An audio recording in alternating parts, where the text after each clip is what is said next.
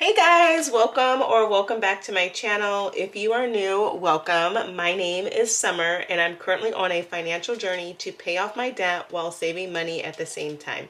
I do budget using a zero-based budget and with the help of the cash envelope system. Here on my channel, I am documenting my journey to financial freedom, and I film content on budgeting, saving money, paying off debt, and pretty much anything money related. If that is something that you are interested in, go ahead and give this video a thumbs up and definitely consider hitting that subscribe button to join the family. I would love to have you become a part of my YouTube family and join me on my financial journey. If you are a returning subscriber, thank you so much for coming back and joining me for another video. In today's video, we are going to be setting up my 2023 sinking funds, and I'm going to be sharing with you guys what I am going to be saving for in 2023. If you are new to budgeting and don't know what a sinking fund is, a sinking fund is a strategic way to save money for a specific purchase by setting aside a little bit of money each month. So with sinking funds, you set aside money each month for one or multiple categories to be used at a later date. That way, you're saving up small amounts over a longer time frame instead of having to come up with a big chunk of money all at the same time, or having to come up with a big chunk of money and having to put it on a credit card. I absolutely love sinking funds. Sinking funds have definitely helped me on my financial journey with not adding more credit card debt. So let's go ahead and get into my sinking funds for 2023. So the first thing that I'm going to be saving for is back to school for my son. I like to have a back to school sinking fund. That way I have money in August to purchase my son new clothes and all of the school supplies that he will need for the school year, along with the yearbook and other school expenses that come up at the beginning of the year. Last year, I did have a back to school sinking fund and my goal was to save $500. I ended up needing more than $500. The previous year, I saved $500 and that was enough money. However, now that my son is older and bigger and clothing has gone up, $500 was definitely not enough money last year. So I definitely want to increase my back to school sinking fund this year.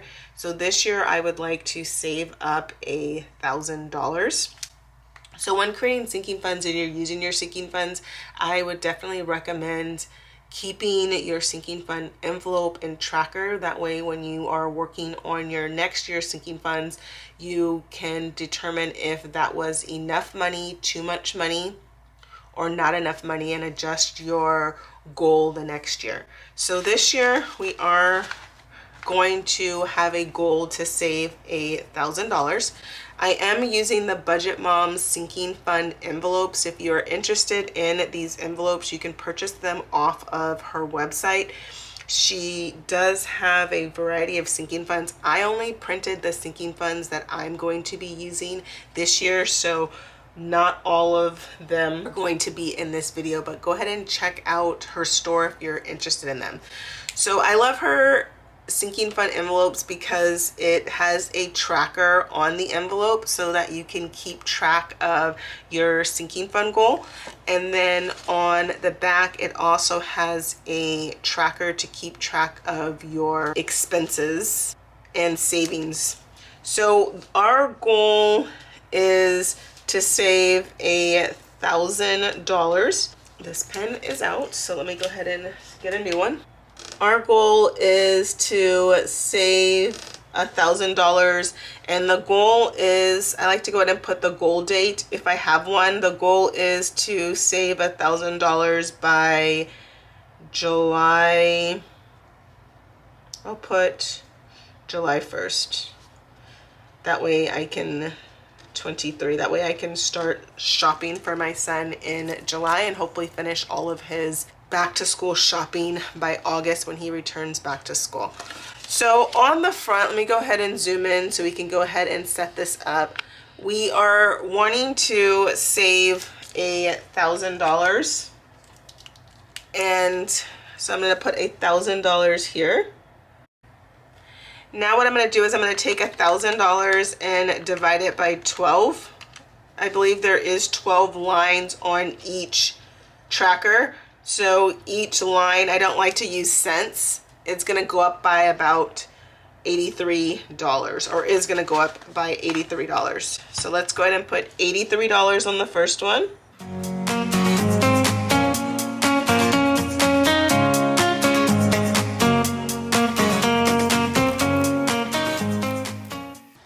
So that is what my tracker looks like.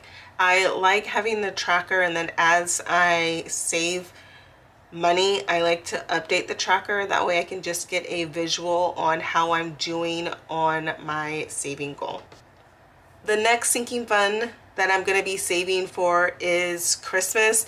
This year I had a goal to save $1,000, and I'm also going to be bumping up that goal too. I would like to save $1,500 next year. So next year my goal is going to be to save $1,500, and I would like to save that by November 1st.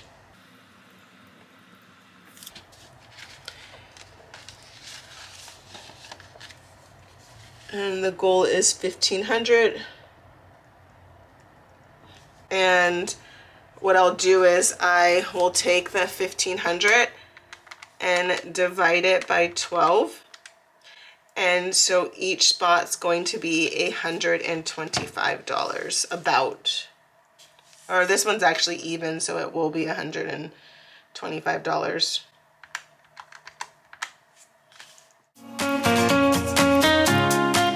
The next thing that I'm going to be saving for is home improvements. I am going to be saving to paint my kitchen cabinets. My kitchen cabinets are going to cost about $4,000 to get painted. I do not have a goal date for that. Ideally, I would like to have it funded by this time next year. So let's just go ahead and put that. I'm hoping that I will be able to get it done sooner. But if not, the goal would be to have my kitchen cabinets painted by this time next year. It might take a little bit longer, and that is okay, but I'm just going to go ahead and put 12/20/23. And the goal is $4,000. So let's take $4,000 and divide it by 12. And this time we will, $4,000 divided by 12 means each line's going to be about, it says $333.33. I don't like to work with cents, so let's just do $334.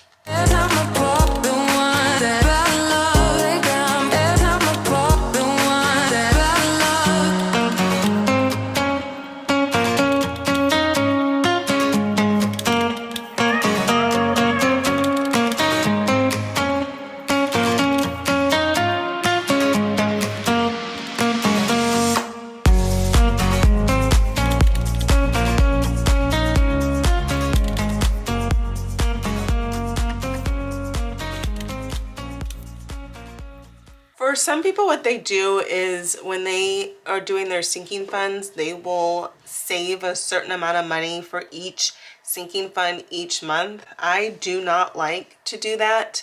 I do get paid once a month, and I do not stuff all of my sinking funds every month. I like to focus on 2 or 3 sinking funds at a time. The next thing I will be saving for is my son's birthday. His birthday is January 1st, and I would like to save, this is actually going to be for 2024, but I want to save the money by December. So I'll put December 1st, 2023. So a month in advance. And I would like to save $500 for his birthday. So let's take our $500 and divide it by 12. So each box is going to be $42.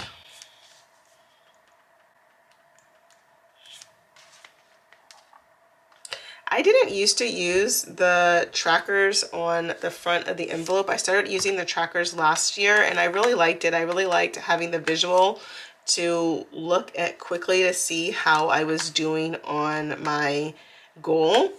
So I am going to be continuing that this year. So for this sinking fund, the $500 will be used to buy my son gifts for his birthday, as well as fund a birthday party for him. The next thing I'll be saving for is car. My car sinking fund is going to be an ongoing sinking fund. I don't have an amount. I'll be saving for my car sinking fund throughout the year, and then I will be using money throughout the year. So when my car needs an oil change, I'll pull from this envelope. When my car needs new tires, new brakes, or service, I will use the money in this sinking fund to cover those expenses. Since it does not have a amount, I do not fill out the tracker on the front of the envelope because I don't know how much money I will need. I'll just continue to put money in this envelope when I have extra money. When I know something is coming up, then I will put an amount. So if I know my car registration is coming up, I will take the amount that is due and then write it on the envelope. And then once that is funded, I will start working towards my general car sinking fund again. The next thing that I am going to be saving for is for sports. My son does play competitive basketball and he plays year around. So I'm constantly having to pay basketball registration a couple of times a year. Winter basketball is going to be coming up soon. They had tryouts last week and I believe they're going to have tryouts again. So that is going to be a payment that I'm going to need to make, as well as he does have basketball tournaments and those will cost money as well. So I like to have an ongoing sports sinking fund. That way when things are coming up, I can just pull money out of this envelope.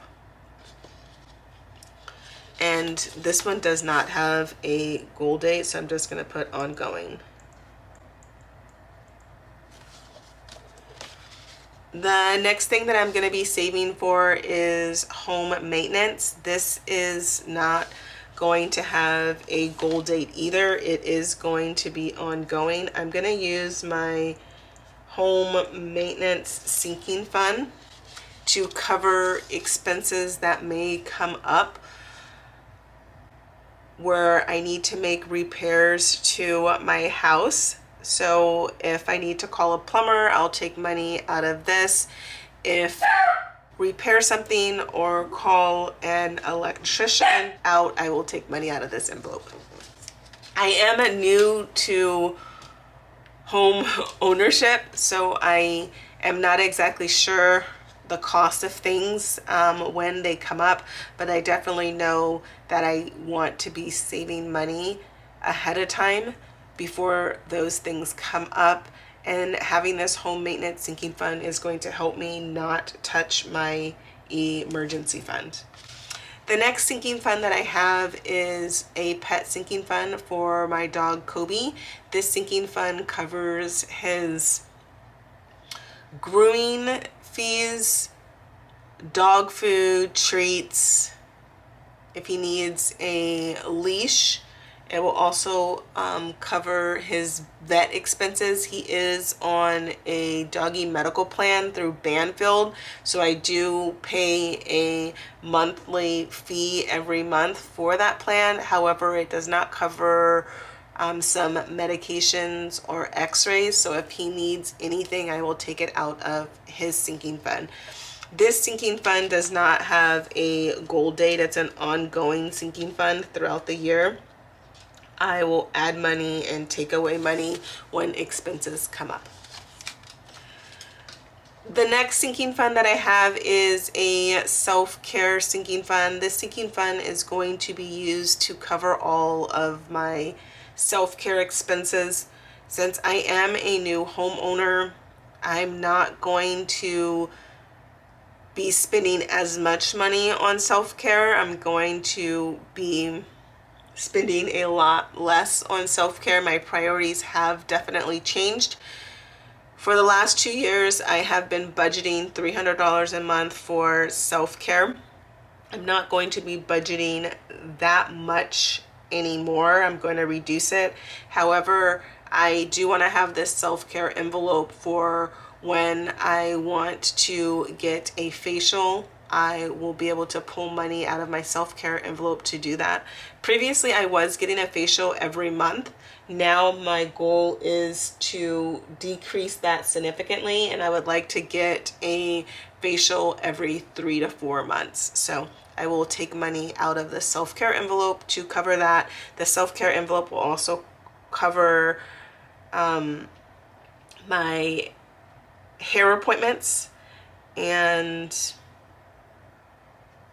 clothing for myself, anything just taking care of myself. This is not going to have a goal date. It's going to be ongoing. I do think that this sinking fund is important because when creating a budget, it's very important to create a realistic budget. When creating a realistic budget, you want to create a budget that you're going to be able to maintain. I know that I'm not going to want to forever give up going to the spa or getting facials and massages or my nails done or eyelashes or whatever else. So I want to have this money set aside so when I do want to do those things, the money is there and I'm not having to feel guilty about it. The next sinking fund that I have is grocery hauls. This one does not have a goal date either. It's going to be ongoing. This sinking fund is going to be used to cover when I have to go to Costco and stock up on meats. I want to have money in this envelope to cover those expenses, as well as when Costco has sales on their detergent and fabric softener. I want to be able to stock up on those items and pull from this envelope. So this envelope is going to be used to cover all of my bulk purchases. So this one is going to be ongoing. There is no goal date. I will definitely be adding money to this envelope and taking money out of this envelope frequently.